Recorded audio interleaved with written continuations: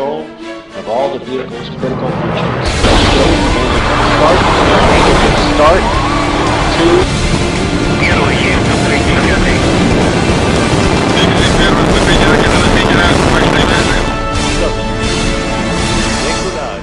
Liftoff, V14. Stage 1 is transonic.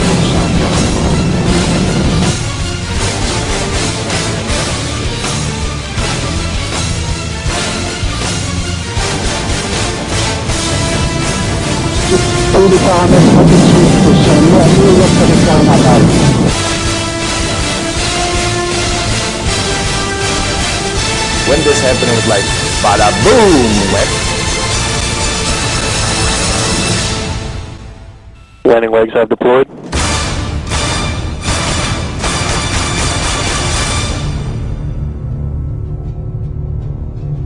Of course, I still love you. We have a Falcon 9 on board.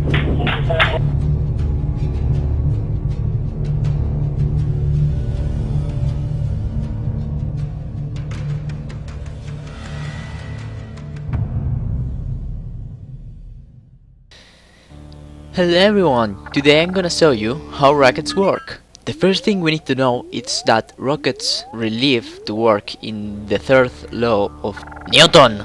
So what does it mean? Well, if you put a pony and you pick John Cena and you make John Cena push the pony away, you will get a force equal to the force you have go to the push the pony, and you will be moving because you have applied a force. Wow! But how do rockets really work? I mean, rockets really doesn't work with ponies. So what they use to propel itself into space? We have two kinds of rocket engines. We have liquid oxygen engines and we have solid engines. The difference is the propellant. In liquid engines we use liquid propellant like liquid oxygen and liquid hydrogen, and in solid propellant use a mixture of aluminum and other chemicals. And you also can see in the space shuttle you have these two kinds of engines. You can see the difference in the amount of smoke. Solid rocket engines create a lot of smoke, whereas liquid engine propellants create less smoke.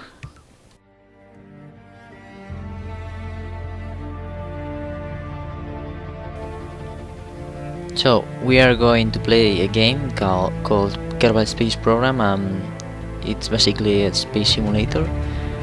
So it's very accurate to see how to go to space and to dock with the space station. SRM load.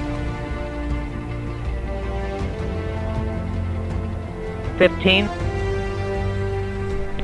Rofi ignition. 10, T-minus Just 10, 9, 8, 7, 6, 5, 4, 3, 2. We have ignition of the RS-68 engine and we have liftoff. At this exact moment we have liftoff. Our rocket begins its trip to space, and in the following seconds we are going to see our rocket fighting the atmosphere and leaving it behind, slowly, but very fast. As you can see in this picture here, our rocket needs to go first upwards to leave the atmosphere, and after that we need to go to one side of the planet so we can reach an orbit.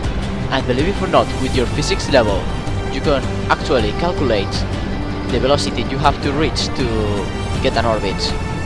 And for this little planet and a 100 kilometer orbit, you need to reach 2245.5 meters per second. At this point of our trip, our rocket is flying faster than the speed of sound, but we can actually calculate what velocity our rocket is gonna reach. To do this, we need the rocket equation that you can see in this picture. If we apply this equation while we are designing our rocket, we will see if our rocket can reach space or it's too slow. It's important to note that this formula only works on vacuum, because in the atmosphere there are going to be all sorts of forces which will be slowing our rocket.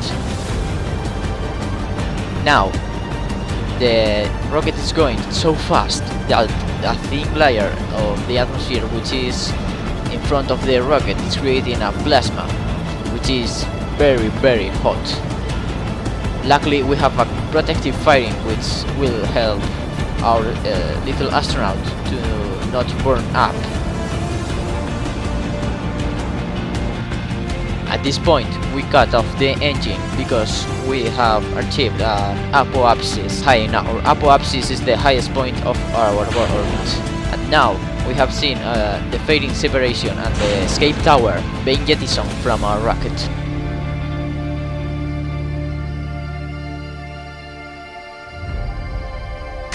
And now, stage separation. This is one of the most dangerous parts of our journey, because we are basically cutting our rocket at half, and well, there are many things that can be wrong. We are in space, but we haven't achieved an orbit yet. Now we are on a suborbital trajectory, and we are lighting up our engine to reach enough velocity to gain an orbit. Basically, a suborbital trajectory is anything that is going up and falling down to Earth.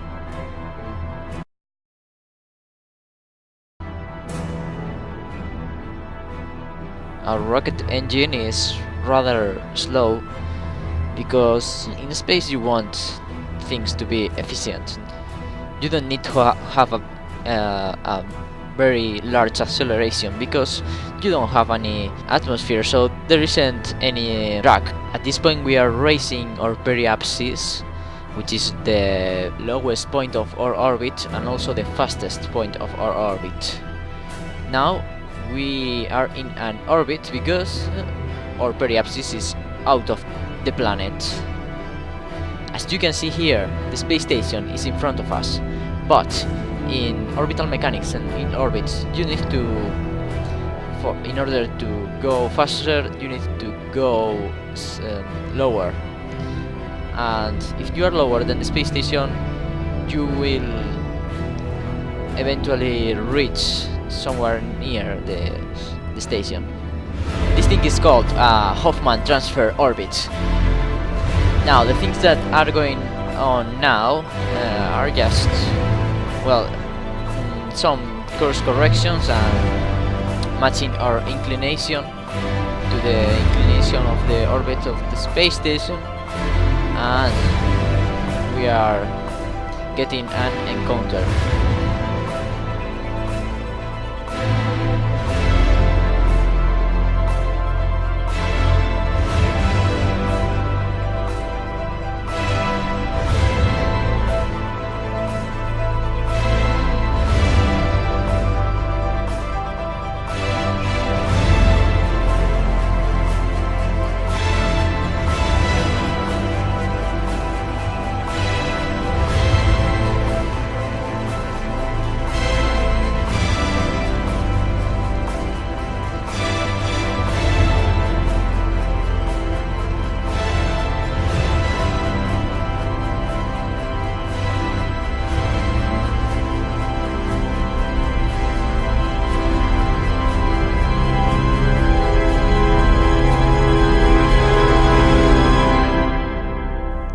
Now we are docked to the space station. The next step will be going back to Earth, but we are not going to do that because the video will be very long. After the Apollo missions to the Moon, a manned flight to Mars is the big dream remains to play in human exploration of the solar system. Probably in a few decades people arrive Mars, but how about the car that will be driving? Well, NASA hopes to send humans to Mars in the 2030s or 40s. and in preparation, they are developing the space exploration vehicle. The rover has 12 wheels, arranged in 6 seats of 2, and each pair rotates 360 degrees. That means it can turn on a dime and drive sideways as well as forward and backward. The fact that the wheels have a turning radius of 0 helps the rover traverse the sort of rocky landscape it will encounter on Mars. Inside, the rover comfortable seats a driver, co-pilot, and 4 people on benches in back. Going over slopes can feel a little treacherous, but the rover can master hills as steep as 55 degrees. Furthermore, it can move at up to 10 km per hour. Near the pilot's seat, a bubble sticks out to allow future astronauts to look below the vehicle, to inspect the local geology without having to don a spacesuit.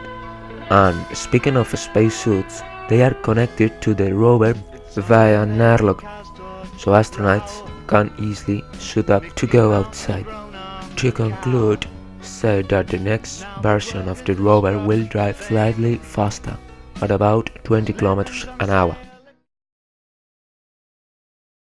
If my spacesuit broke, would my head explode? The good news is that your head wouldn't explode if your spacesuit broke. The bad? Your blood could boil, and you probably would die. The heads exploding in the film appear for a misunderstanding of the basic principles of physics. The pressurized objects expand at low pressures, and therefore the body, used to living at 1 atmosphere pressure, probably would expand violently if it were exposed to 0 pressure. The skin, however, would inflame to twice its normal size, painful but not mortal. Back to Earth, it will return to its original appearance.